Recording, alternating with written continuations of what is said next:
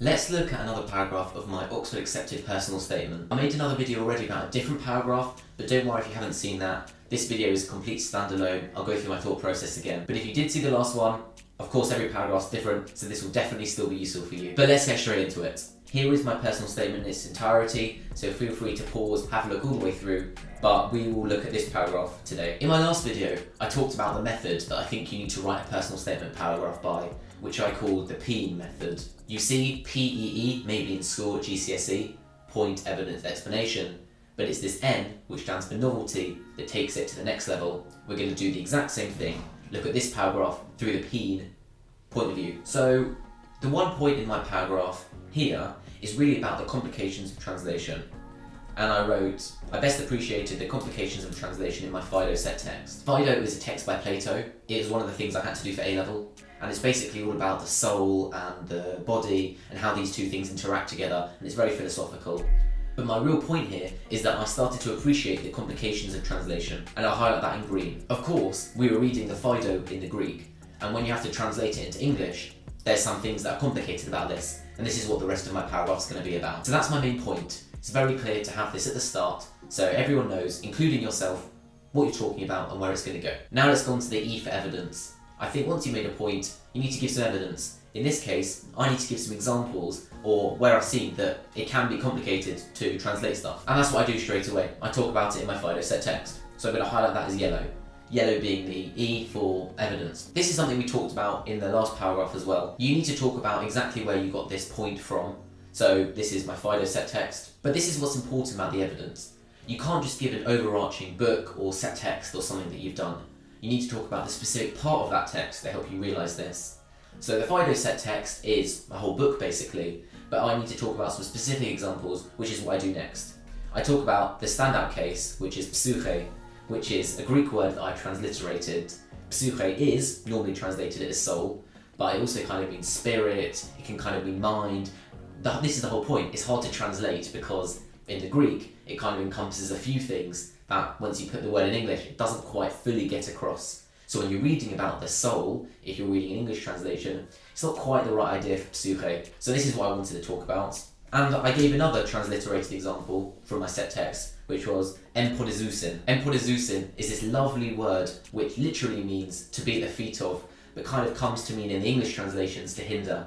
But Plato uses this beautifully a few times because it's this idea of the body and the soul. And obviously the soul is non-physical, so when you use these very physical words like to be at the feet of, it has this really, really lovely sense that you just can't get across in English, how exactly that impacts the language and the ideas. So this is the second example I used. Then of course, with the evidence, I've got to do an explanation, and this is what I do here. I only actually do it for psyche. So what I wrote is, soul is considered the best effort but not perfect. And I'll highlight that in this blue. I didn't exactly explain for empodizousin why it's complicated to translate, but I didn't want to waste too many words on this because I wanted to get onto my novelty. Maybe I would do that differently again, but if I were to write that, I would talk about exactly this. Empodizousin is this physical metaphor of lying at the feet in hindrance, kind of really obstructing physically, but in the English you can't translate that whole idea, and so you don't get across that idea, but I thought that was a bit complicated to put in my personal statement, and the people reading my personal statement, the professors, would know what I'm talking about. But I guess, if anything, I would put metaphorical examples. Maybe this is the explanation here for this example, empodizousin, that you can't really get across the metaphor. Maybe I could have fleshed it out a bit more though. This is the most rudimentary part of the paragraph. You've just got to get through your point and evidence and explanation. So now you can get onto the exciting bit, the novelty. Novelties can be a few things. First of all, you can have a novel or unique opinion on the subject. So in this example, maybe I could say something interesting about the complications of translation. But what I did in this paragraph is I made, hopefully, a novel link between this, which is something that everyone really talks about in school for all languages. Oh, we can't quite translate this properly. But then looking at it in a new way, maybe slightly more academic, more interesting, and that's hopefully where I got my novelty across, by kind of drawing out this maybe more basic idea and relating it to something a bit more complicated and comparing the two. So hermeneutic theory is my novelty, and I'm going to highlight that in pink. As we can see, hermeneutics is the theory and methodology of interpretation, so it was perfect for exactly what I'm talking about. It's difficult to translate different languages to other languages because you can't quite get the full interpretation, and so I looked at some hermeneutic theory and some people who write about this kind of thing. What's interesting is, of course, it also says it's particularly important for philosophical texts, which is great because the Phaedo is a philosophical text. So brilliant. Exactly, hopefully related, something really interesting that you don't learn about A-level. You definitely don't call it hermeneutics, but something that exists. This bit, hermeneutic theory, was actually what I got asked about in one of my interviews for Oxford. So this is a story I'll tell slightly later in the video when we get to the exact point. But if you're enjoying this video and want to see more videos of me studying, especially from October, videos of me studying Oxford life whilst I'm studying for my degree, please do subscribe to Sam's Oxford Studies. But back to the statements. So within hermeneutics, I looked at this one specific guy called Schleiermacher. He's someone who writes about these different hermeneutic ideas. Of course, as always, people agree and disagree about why it's complicated, how complicated it is, but I thought this guy, Schleiermacher, would be someone useful for me to talk about in this example. So maybe I'll highlight that as red, as almost my evidence. Hermeneutic theory is my novelty, but now you're looking for your novelty and then some evidence and explanation. Just like you had your point, evidence, explanation, you now have your novel idea, and then you talk about it more in your evidence and explanation. Hermeneutics is the study of interpretation, and Schleiermacher says there's two types of interpretation: grammatical interpretation, and then he says there's another side, which is the psychological side of interpretation. And so I talked about his two different parts of interpretation and how it relates to this point about the complications of translation. Everything should always be going back to this original point. So if Schleiermacher's grammatical interpretation and psychological interpretation are the evidence, I then need the explanation, which of course is what I do here. If there is no shared language between the author and audience, the audience cannot identify, never mind evaluate, the author's linguistic choices. That's kind of what his grammatical interpretation idea is, and so as opposed to just name dropping that, I'm explaining exactly what that is. I also thought it was important to put it here, because whilst everyone's aware, if you're a Greek teacher, what empodizousin means, maybe this hermeneutics is quite niche, this specific guy Schleiermacher might be quite niche, so I thought I would talk about exactly what I'm saying so everyone's clear. So this was my explanation, and I'll put it in purple. Let me explain exactly what this sentence means to the audience. The people who are reading or listening or trying to interpret a text need to identify the author's linguistic choices, and then they can evaluate it. So basically, they need to have a full grasp of the language so they can really understand exactly why the author might have put that word there or said that exact word, and then think about what that does to the whole text.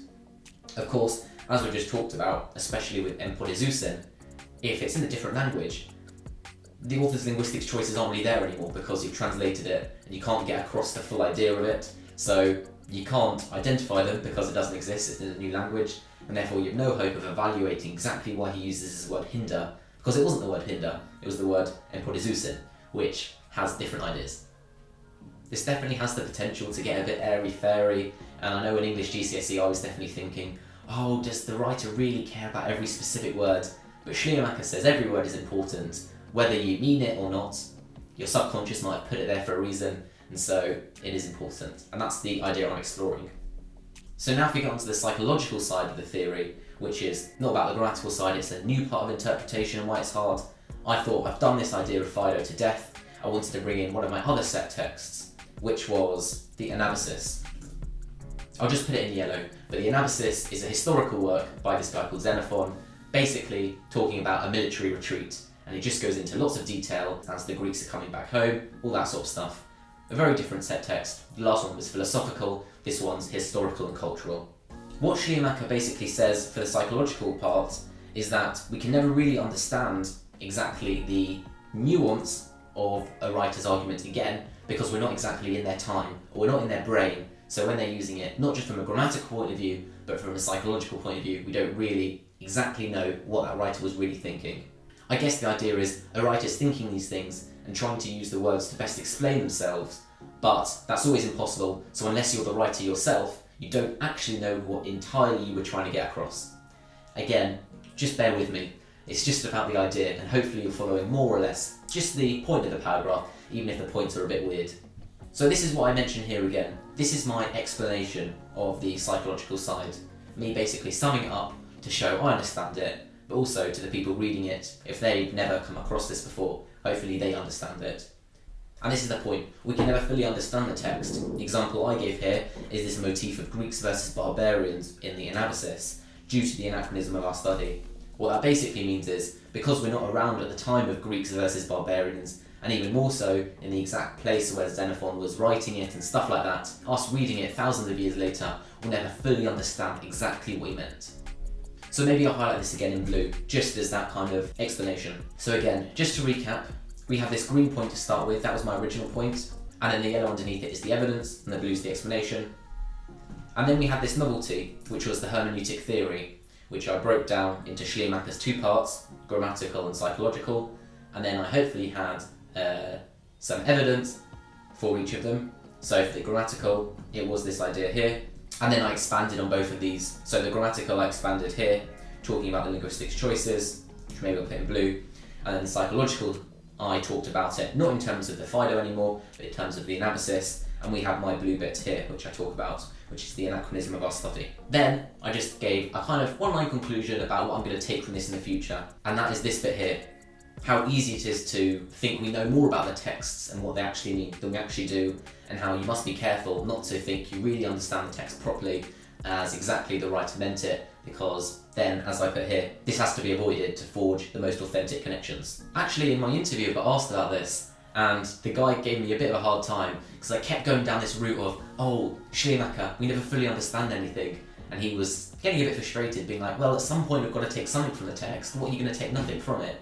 And that was interesting because I do think I get maybe a bit too airy-fairy here and, oh, we never understand anything, it's all useless. And at some point, of course, when you read a text, you've got to take something away from it. But that's just a bit funny story from my interview. I did get roasted a bit on this. Finally, let's just talk about the intro and the conclusion to the paragraph. I think you just want one line at the start, which just gives a bit of an introduction to what you're talking about, and again, one line at the end, just to wrap it up and make it feel that it's reading really nice. I keep them short because you want to save the words for the bulk of it, but at the start I just said, I find language ever more astonishing as I study it in greater depth. What I liked about this is the idea of I'm talking about as I study it in greater depth, going more into it, and also I will continue to do this in the future, hopefully if I was given offers. And in general, I was talking about translation, so I thought I would talk about finding language ever more astonishing. The conclusion is similar. I wanted to have it a bit forward thinking, so the idea of doing these things at university excites me. One more thing to talk about, which I also mentioned in the last one, how you want this personal tone going the whole way through. If we look at this paragraph, we can see how often I say I find, I study, I felt, I appreciated, I thought, I found, I was drawn to, I realised. That's really important, because even though you're parroting other people's ideas before you get to your novelty, you always want to have what you're thinking about it. So there we go, that's all for this video. Again, slightly technical in places, but hopefully you get the idea of point, evidence, explanation, and novelty, again with some evidence and explanation, and how everything really tied together by your main point, and of course the introduction and the conclusion. Of course, as I talked about, I made another personal statement video, which if you haven't watched, you might want to watch now. But apart from that, thanks so much for watching, and I'll see you in the next one.